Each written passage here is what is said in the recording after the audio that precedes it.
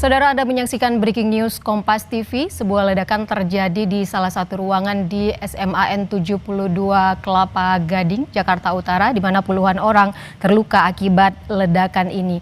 Kami akan tampilkan kepada Anda situasi terbaru di lokasi ledakan di SMAN 72 Jakarta, di mana saat ini proses evakuasi sudah dilakukan terhadap para korban ledakan yang terjadi di salah satu bangunan di sekolah di SMAN 72 Kelapa Gading, Jakarta Utara.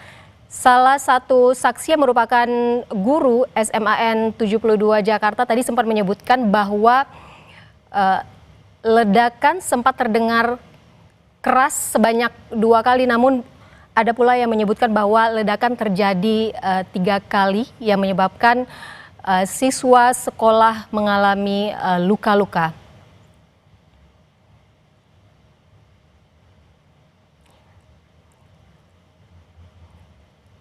Namun salah satu saksi menyebutkan, yaitu guru SMAN 72 Kelapa Gading, Jakarta Utara, menyebutkan dia sempat mendengar 2 kali ledakan keras. Dan kami bergabung dengan jurnalis Kompas TV Nizar Ramadika di lokasi ledakan. Nizar.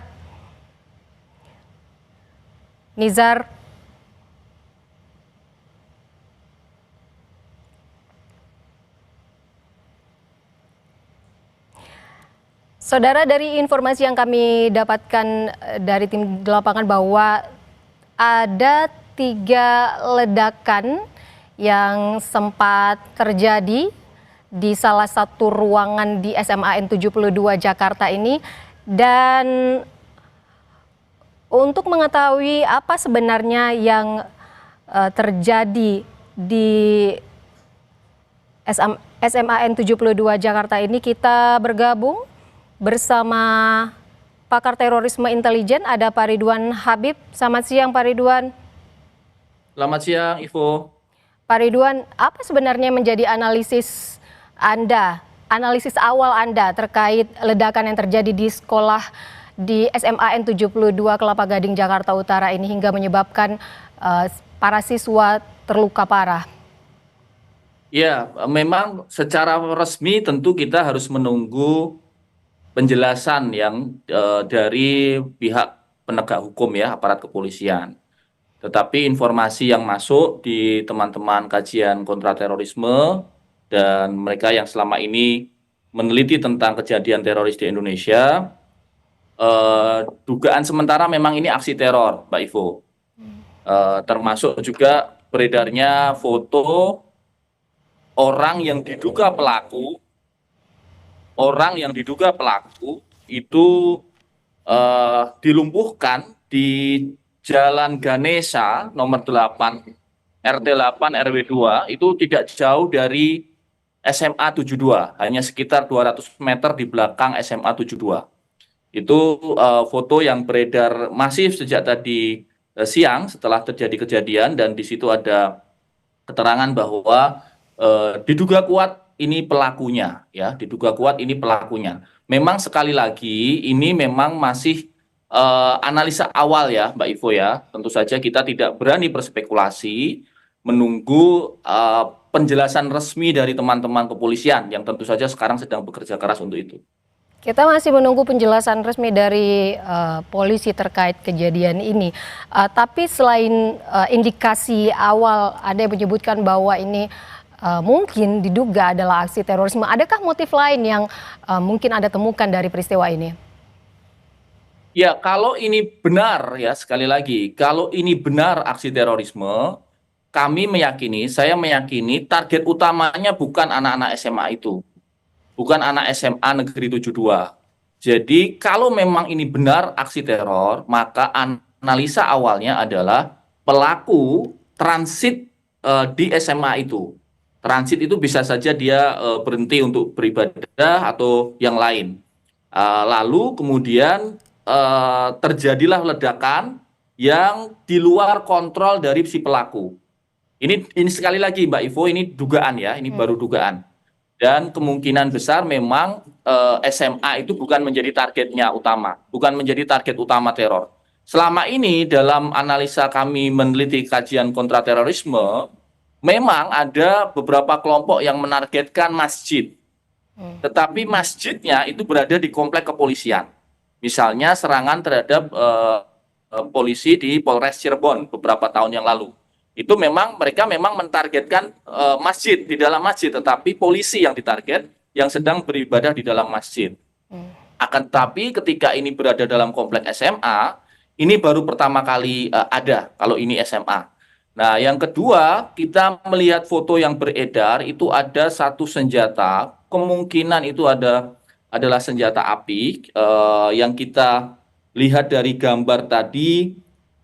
Kalau kita lihat analisanya, kemungkinan ini adalah satu jenis yang disebut dengan AR-15, ya, senjata api AR-15. Kita belum tahu apakah itu airsoft gun atau benar-benar AR-15, tetapi di senjata itu ada beberapa tulisan. Ini saya bacakan ya. Brenton Tarrant. Brenton Tarrant ini adalah pelaku teror di New Zealand, di Selandia Baru.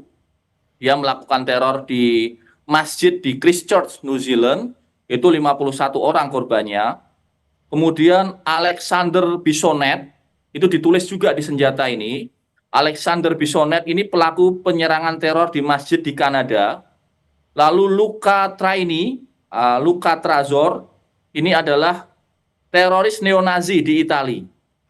Jadi ini kalau benar ini adalah airsoft, ini adalah milik pelaku, maka pelaku ini menuliskan pelaku-pelaku teror di luar negeri.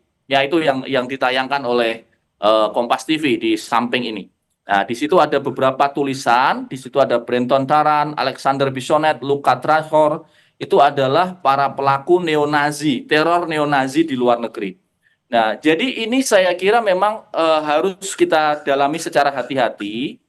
Kalau melihat indikasinya jelas ini sebuah aksi teror, Mbak Ivo. Ya, jika analisa awal indikasinya ini adalah aksi terorisme, namun bukan anak SMA targetnya, artinya ini di luar kontrol pelaku seperti yang Anda katakan tadi. Maksudnya ini si pelaku ada peristiwa ini salah sasaran begitu, Pak Ridwan? Bisa dua analisanya ya. Pertama, pelaku ini mengetahui dalam pengejaran ya. Mengetahui sedang dikejar. Nah, ini karena kita menunggu Densus 88 dan Mabes Polri. Kenapa saya sebut ini kemungkinan pelakunya sudah terdeteksi dan dalam pengejaran? Karena foto yang beredar itu, pelakunya itu tertembak, ya.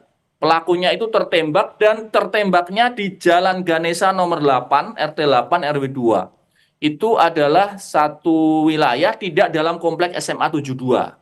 Tetapi berada di belakang sekitar 200 meter dari komplek SMA 72 itu.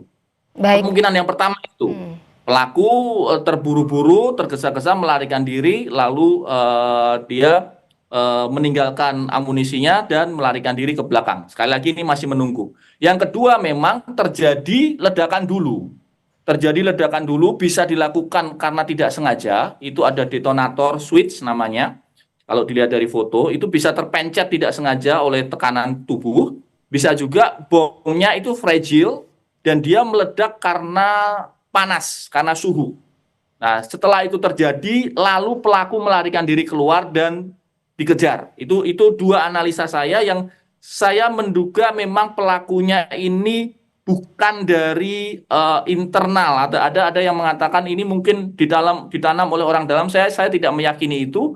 Karena pelaku fotonya itu berada di luar komplek SMA di Jalan Ganesha. Berarti kalau kita lihat berdasarkan pola kejadian, Pak Ridwan, apakah ini terlihat sebagai sebuah serangan terencana atau sebenarnya insiden lokal? Ya, seperti yang Anda sebutkan tadi, mungkin saja ini eksperimen seperti kecerobohan atau eksperimen bahan peledak begitu. Bukan eksperimen ya, Ivo ya. Tentu saja ini bukan eksperimen. Ini satu serangan teror yang serius.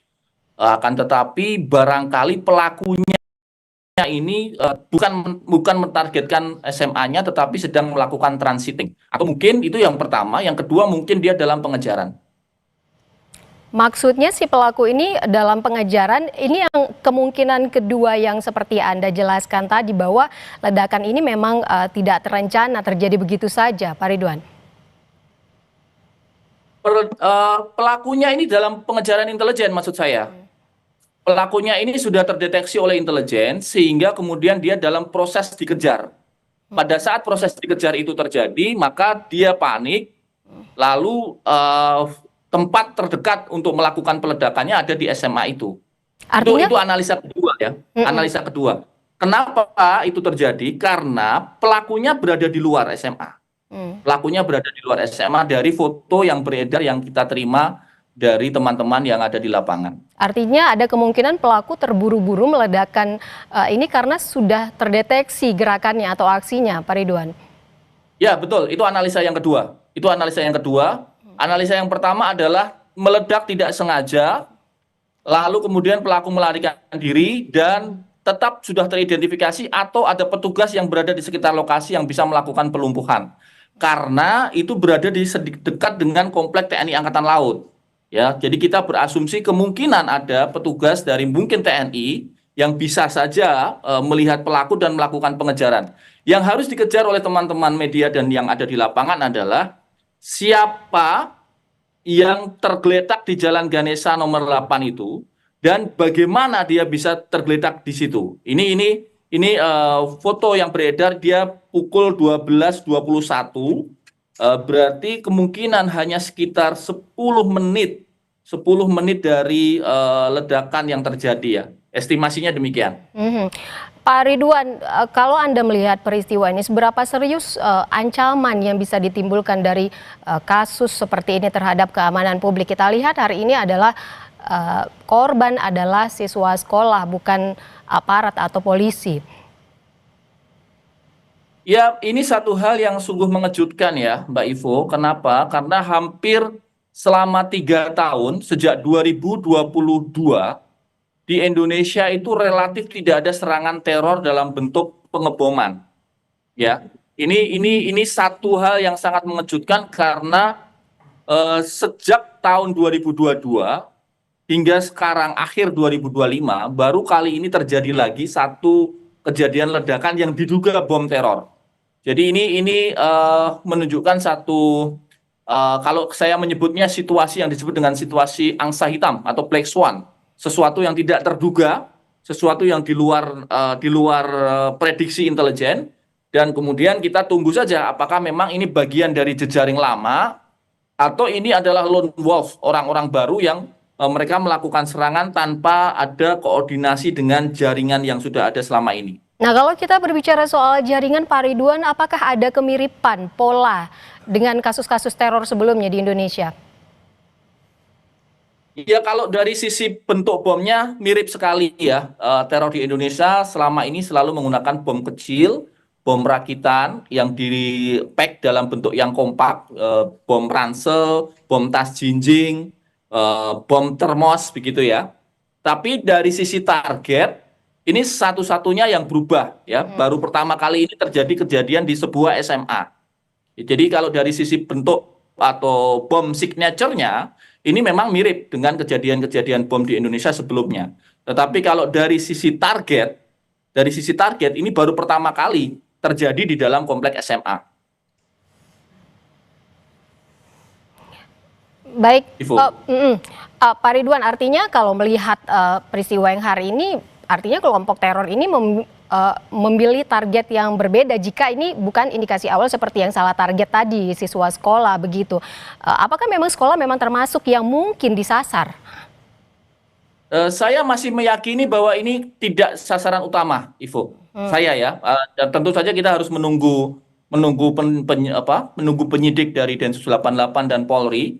Tetapi saya sungguh berharap bukan, karena kalau iya berarti ada satu perubahan pola yang sangat mengkhawatirkan ketika sekolah menjadi bagian dari target teror. Kalau ternyata pelakunya ini memang masih muda, Pak Ridwan, apakah ini sebenarnya bisa dikaitkan dengan proses radikalisasi di kalangan pelajar, Pak Ridwan? Maksud Anda pelakunya pelajar? Bukan, jika memang pelakunya ini adalah masih muda begitu. Oh ya, ya, memang, nah ini memang problem kita ya, Ivo ya. Rata-rata anak muda di Indonesia ini memang sedang proses mencari jati diri, proses eh ya mereka mencari bentuk ya, mencari bentuk kepribadian dan kadang-kala mereka mencari guru-guru yang salah, sumber-sumber informasi yang salah, sumber di internet, sumber di grup-grup Telegram, media sosial, yang ternyata justru di situ ada orang-orang atau kelompok-kelompok teror yang memanfaatkan mereka-mereka ini. Jadi ini memang warning juga buat kita bersama, terutama Kementerian Pendidikan, Kementerian Agama, dan juga Kementerian Pendudukan, Keluarga, BKKBN ya, saya kira juga terlibat di sini. Ya, ini lokasi ledakan kan sudah dalam proses pengamanan, sudah digaris polisi.